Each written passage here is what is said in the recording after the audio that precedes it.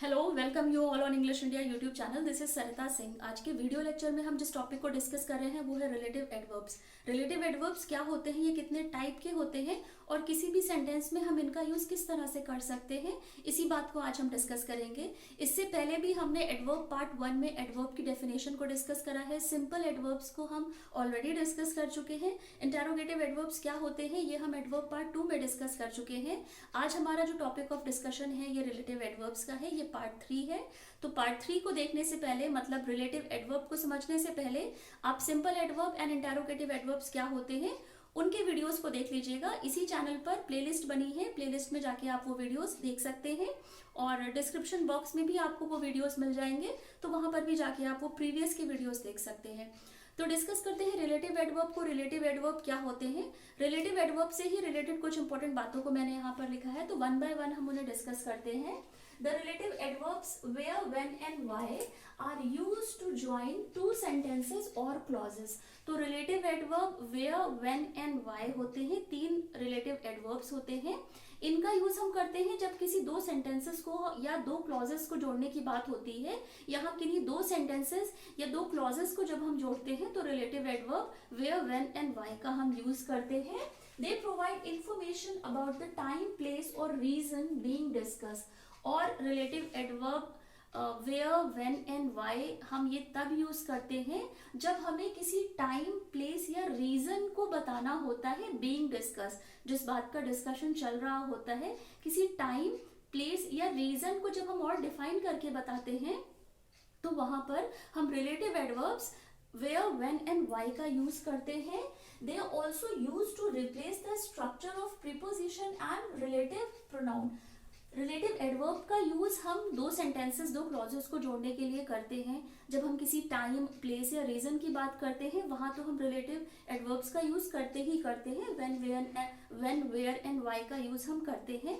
But अगर एक simple सा स्ट्रक्चर होता है प्रीपोजिशन एंड रिलेटिव प्रोनाउन का, वो होता है for, at, on, in plus which. तो यहाँ पर फॉर, एट, ऑन और इन ये प्रीपोजिशन है, विच यहाँ पर रिलेटिव प्रोनाउन है, विच यहाँ पर रिलेटिव प्रोनाउन है। तो जब इस स्ट्रक्चर को हम रिप्लेस करना चाहते हैं इस स्ट्रक्चर की जगह, मतलब जब हम प्रीपोजिशन और रिलेटिव प्रोनाउन के स्ट्रक्चर की जगह जब हम रिलेटिव एडवर्ब्स को भी लाना चाहते हैं तो सेंटेंस ग्रामेटिकली हमारा करेक्ट होगा। कहने का मतलब ये है कि अगर हमें प्रीपोजिशन या रिलेटिव प्रोनाउन के एक स्ट्रक्चर को रिप्लेस करना है तो उसे हम relative adverb when, where and why के साथ कर सकते हैं। विद एग्जांपल इसे हम डिस्कस करते हैं। तो यहाँ पर जो सबसे पहला जो टाइप है इसका, जो सबसे पहली जो हम चीज समझेंगे वो यहाँ पर है use of relative adverb where. जो वेयर रिलेटिव एडवर्ब है उसका यूज हम सेंटेंस में किस तरह से कर सकते हैं।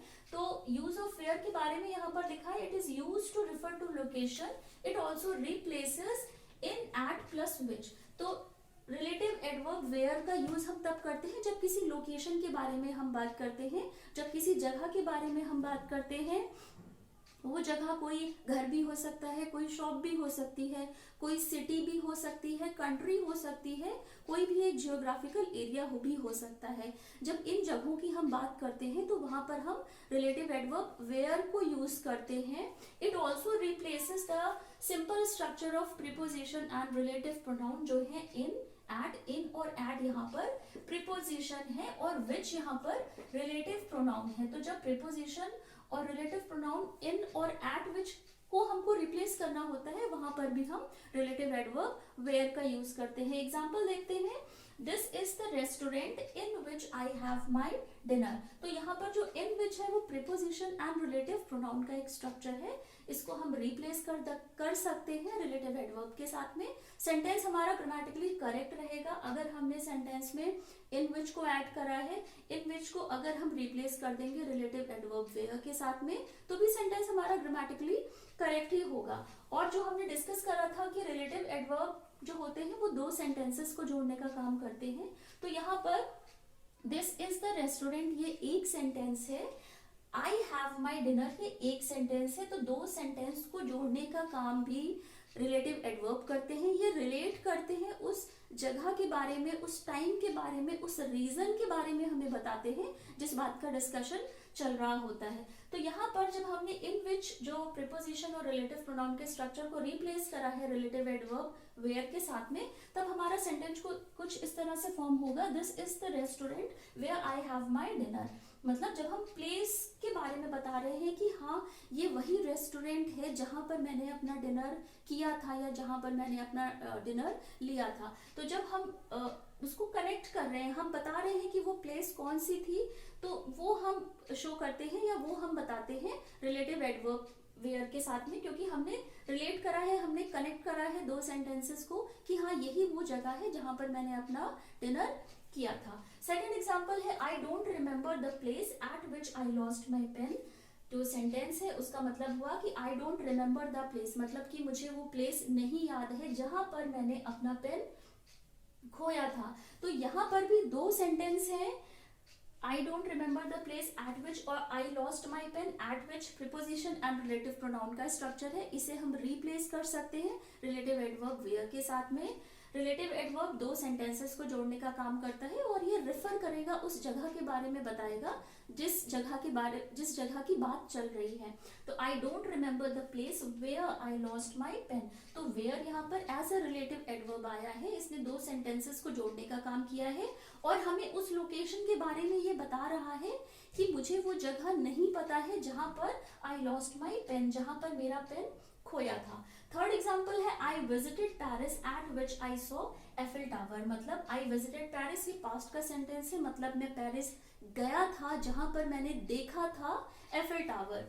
तो एक स्ट्रक्चर है preposition plus relative pronoun, at यहाँ पर प्रीपोजिशन है, विच यहाँ पर रिलेटिव प्रोनाउन है, इसको हम रिप्लेस भी कर सकते हैं रिलेटिव एडवर्ब वेयर के साथ में। तब ये सेंटेंस इस तरह से फॉर्म होगा I visited Paris where I saw Eiffel tower. मतलब मैं पेरिस गया था जहां पर मैंने देखा था एफिल टावर। तो वेयर का यूज हमने तब करा जब किसी लोकेशन को हमने इंडिकेट करा है, जब किसी लोकेशन के बारे में हमने बताया है कि हाँ मैं वहां गया था और मैंने वहां पे एफिल टावर देखा था। तो रिलेटिव एडवर्ब में अभी तक हमने जो भी डिस्कस करा है वो ये डिस्कस करा है कि relative adverb when, where and why ये दो सेंटेंसेस को जोड़ने का काम करते हैं, दो क्लॉजेस को जोड़ने का काम करते हैं। और जब हमें किसी टाइम, प्लेस और रीजन को डिफाइन करना होता है, उसके बारे में हमें बताना होता है, तो हम रिलेट करते हैं। रिलेट इसीलिए इसे रिलेटिव एडवर्ब कहा जाता है। जब हम रिलेट करते हैं किसी जगह को, किसी टाइम को या किसी रीजन को सेंटेंस के दूसरे पार्ट के साथ, तब हम relative adverb when, where and why का यूज करते हैं। वेयर को हम डिस्कस कर चुके हैं, व्हेन एंड व्हाई को भी हम विद एग्जांपल डिस्कस करते हैं। रिलेटिव एडवर्ब व्हेन को डिस्कस करते हैं कि रिलेटिव एडवर्ब व्हेन का यूज हम किसी भी सेंटेंस में कब करते हैं। तो रिलेटिव एडवर्ब व्हेन का यूज हम तब करते हैं when we refer to time, जब किसी टाइम के बारे में हम बताते हैं। वो टाइम कुछ टाइम भी हो सकता है, 5 या 6 o'clock भी हो सकता है, वो डे भी हो सकता है, आजकल या परसों, वो एक ईयर भी हो सकता है, दिस ईयर या लास्ट ईयर। तो जब टाइम को बताने की बात आती है तो वहां पर हम रिलेटिव एडवर्ब when का यूज करते हैं। And it also replaces the basic structure of preposition and relative pronoun in, on plus which. तो इन, ऑन और विच का जो एक स्ट्रक्चर है, प्रीपोजिशन इन और ऑन है, इन और ऑन रिलेटिव प्रीपोजिशन है एंड विच रिलेटिव प्रोनाउन है। जब इस स्ट्रक्चर को भी हमें रिप्लेस करना होता है, वहां पर हम रिलेटिव एडवर्ब व्हेन का यूज करते हैं। एग्जाम्पल देखते हैं इसके, I remember the day on which I first saw her. तो यहाँ पर आई रिमेम्बर द डे मतलब मुझे वो डे याद है, क्योंकि हमने टाइम को बताने के लिए ही हम रिलेटिव एडवर्ब व्हेन का यूज करते हैं। तो I remember the day on which I first saw her, मतलब कि मुझे वो दिन याद है जब मैं उससे पहली बार मिला था या जब मैंने उसको पहली बार देखा था। तो ऑन विच यहाँ पर प्रीपोजिशन और रिलेटिव प्रोनाउन का एक स्ट्रक्चर है, इसको हम रिप्लेस कर सकते हैं रिलेटिव एडवर्ब व्हेन के साथ में। जब हमें टाइम के बारे में बताना है तो वहां पर हम इसे यूज कर सकते हैं और ये रिलेट करता है सेंटेंस के एक पार्ट को सेंटेंस के दूसरे पार्ट के साथ, इसीलिए रिलेटिव एडवर्ब्स इन्हें कहा जाता है। तो यहाँ पर आई रिमेम्बर द डे ये एक सेंटेंस है and I first saw her ये एक सेंटेंस है। दो सेंटेंसेस को जोड़ने का काम रिलेट करने का काम रिलेटिव एडवर्ब करते हैं, जो होते हैं when, where and why.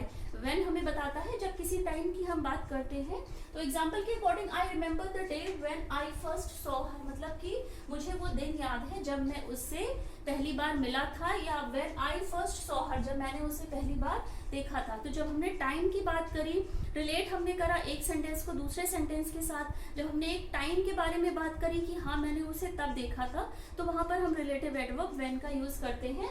Second example है Sunday is the day on which I go to see movie.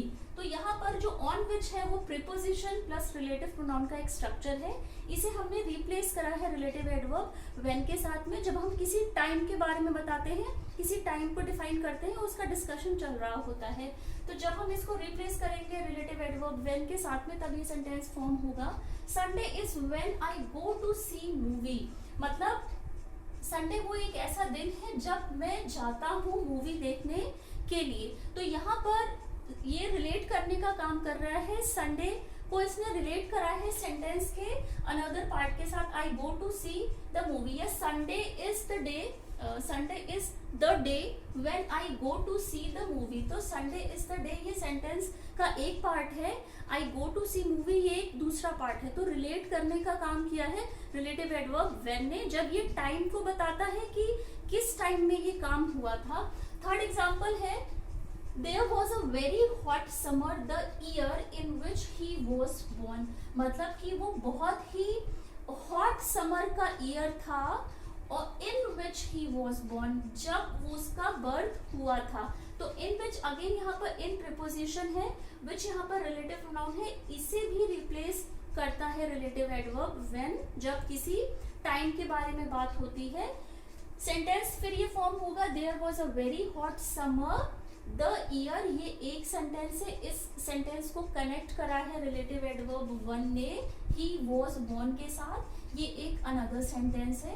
तो there was a very hot summer the year, मतलब कि वो उस ईयर की बात हो रही है कि वो जो ईयर था वो बहुत ही हॉट समर का ईयर था व्हेन ही वॉज बोर्न। तो व्हेन यहाँ पर इंडिकेट कर रहा है एक टाइम के बारे में, जब हम टाइम का डिस्कशन करते हैं रिलेटिव एडवर्ब व्हेन का यूज होता है।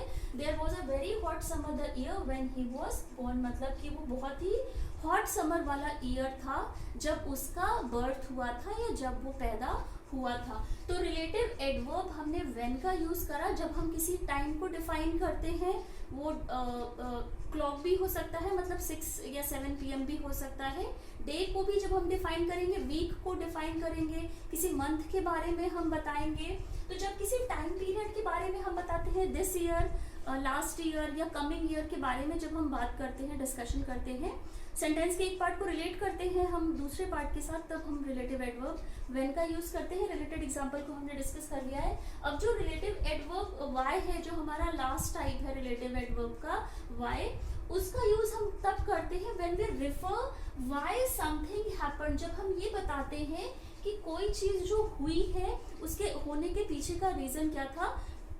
सबसे पहले वाली स्लाइड में हमने डिस्कस करा ही था कि रिलेटिव एडवर्ब दो सेंटेंस को जोड़ने का काम करते हैं, रिलेट करते हैं, क्लॉजेस को जोड़ने का काम करते हैं। और जब हम ये बात कर रहे होते हैं किसी टाइम की, किसी प्लेस की या किसी रीजन की कि हाँ ये चीज होने के पीछे का रीजन क्या था, वहां पर हम relative adverbs when, where and why का यूज करते हैं।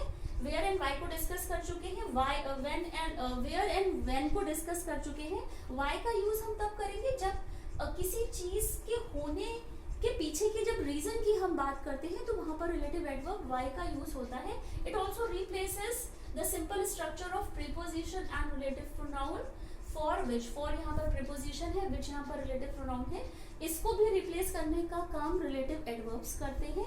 एग्जाम्पल है there is no reason for which we should meet him, मतलब ऐसा कोई रीजन नहीं है, देयर इज नो रीजन, कोई रीजन नहीं है फॉर विच, जिसकी वजह से वी शुड मीट हिम, जिसकी वजह से हमें उससे मिलना चाहिए। तो फॉर विच यहाँ पर प्रीपोजिशन एंड रिलेटिव प्रोनाउन का स्ट्रक्चर है। रिप्लेस हम जब करेंगे रिलेटिव एडवर्ब वाई के साथ में, तब सेंटेंस इस तरह से फॉर्म होगा, देयर इज नो रीजन एक सेंटेंस है, why we should meet him, we should meet him ये दूसरा सेंटेंस है।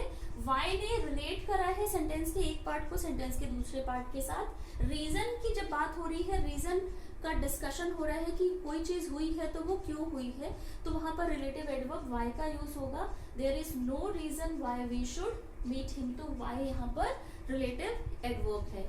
लास्ट एग्जाम्पल है we do not know the reason for which she left, मतलब कि हमें रीजन नहीं पता है जिसकी वजह से शी लेफ्ट। शी लेफ्ट मतलब वो छोड़ के चली गई है, उसने छोड़ दिया। तो फॉर विच यहाँ पर प्रीपोजिशन रिलेटिव प्रोनाउन का स्ट्रक्चर है। जब रिप्लेस करेंगे हम रिलेटिव एडवर्ब वाई के साथ में, तब we do not know the reason why she left, मतलब कि हमें रीजन ही नहीं पता है कि उसने क्यों छोड़ा है। उसने किसी ग्रुप को छोड़ा, उसने जॉब छोड़ी, या उसने कोई भी ऐसा करते हुए काम को छोड़ने की जब बात हो रही है, तो वहां पे जब हम रीजन बताते हैं किसी काम के होने का, तो वहां पर रिलेटिव एडवर्ब वाई का यूज होता है। तो आज के वीडियो लेक्चर में हमने रिलेटिव एडवर्ब को डिस्कस करा है। रिलेटिव एडवर्ब 3 टाइप के होते हैं, व्हेन, वेयर एंड व्हाई। जब हम डिस्कस करते हैं कि किसी टाइम के बारे में जब हम बताते हैं, जब किसी प्लेस के बारे में बताते हैं, और जब किसी रीजन के बारे में हम बताते हैं, एक सेंटेंस को सेंटेंस के दूसरे सेंटेंस के साथ हम कनेक्ट करते हैं रीजन बताने के लिए, प्लेस, टाइम एंड रीजन बताते हैं, तो वहां पर हम relative adverb when, where and why का यूज करते हैं। इसी टॉपिक को आज हमने डिस्कस करा है विद एग्जांपल कि व्हेन, वेयर, व्हाई का यूज कहाँ पर होता है और इन्हें किसी भी सेंटेंस में हम किस तरह से यूज कर सकते हैं। तो आज के वीडियो लेक्चर में रिलेटिव एडवर्ब को हम डिस्कस कर चुके हैं। तो आज के वीडियो लेक्चर में बस इतना ही। वीडियो अगर आपको पसंद आया है तो चैनल को लाइक, सब्सक्राइब एंड शेयर जरूर करिएगा। बेल आइकन को प्रेस कर दीजिएगा, आपको सारे वीडियोस के नोटिफिकेशंस मिलते रहेंगे।